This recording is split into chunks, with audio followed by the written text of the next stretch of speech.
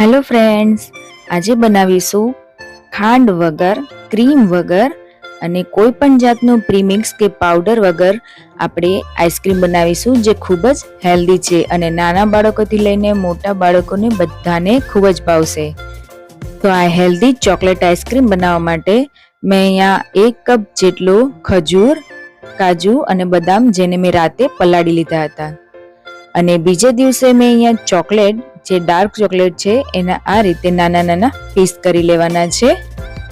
હવે જે આપણે રાતે પલાળ્યા હતા કાજુ, બદામ અને ખજૂર તેમને એક બાઉલમાં ભેગો કરીશું અને ખજૂરમાંથી જે વચ્ચે ઠળિયા હોય છે તે બધા ઠળિયાને આપણે કાઢી લેશું.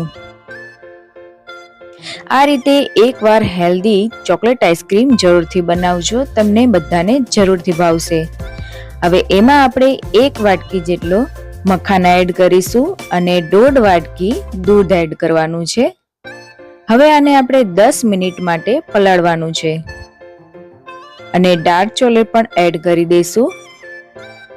આ બધું 10 મિનિટ પછી પલળી જાય એટલે મિક્સર જારમાં આપણે પીસી લેવાનું છે અને પીસવામાં 1/3 કપ જેટલો મધ એડ કરવો જેનાથી ગળાશ આવી જશે, જેથી આઈસ્ક્રીમ મીઠી લાગશે. તમે ખાંડ પણ એડ કરી શકો છો, પણ અહીંયા હેલ્ધી રાખવા માટે મધ યુઝ કરો એ બેસ્ટ છે. અહીં એ વિડીયો મારાથી સ્કીપ થઈ ગયો છે તો તમે મધ જરૂરથી એડ કરજો. હવે એને એક આપણે બાઉલમાં ભરી લેશું.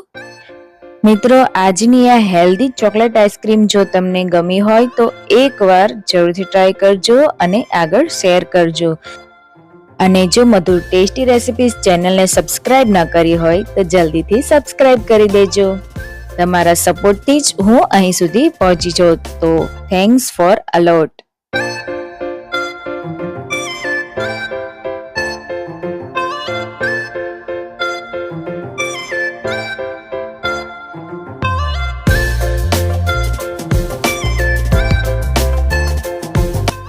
તો હવે આપણે એને હવા ન લાગે એ રીતે આ રીતે બંધ કરી દેવાનું છે. તમે એરટાઇટ ડબ્બામાં પણ ભરી શકો છો.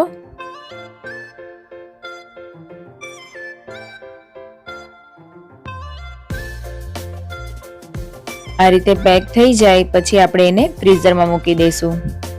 7 થી 8 કલાક માટે ફ્રીઝરમાં રાખવાનું છે. હવે 8-9 કલાક તો જેવા થઈ ગયા છે આઈસ્ક્રીમના, તો ખોલીને આપણે જોઈ લેશું. તો તમે જોઈ શકો છો આપણી આઈસ્ક્રીમ સરસ જામી ગઈ છે. તો હવે આને પ્લેટમાં કાઢી લઈશ મેં. તો એકવાર મિત્રો જરૂરથી ટ્રાય કરજો આ હેલ્ધી આઈસ્ક્રીમ, જેથી ડ્રાયફ્રૂટ પણ ખાવા આપણા શરીર માટે ખૂબ જરૂર છે.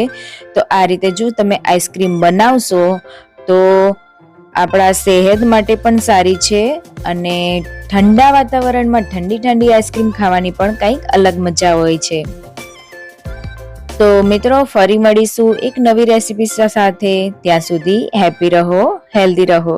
જય હિન્દ, જય સ્વામિનારાયણ.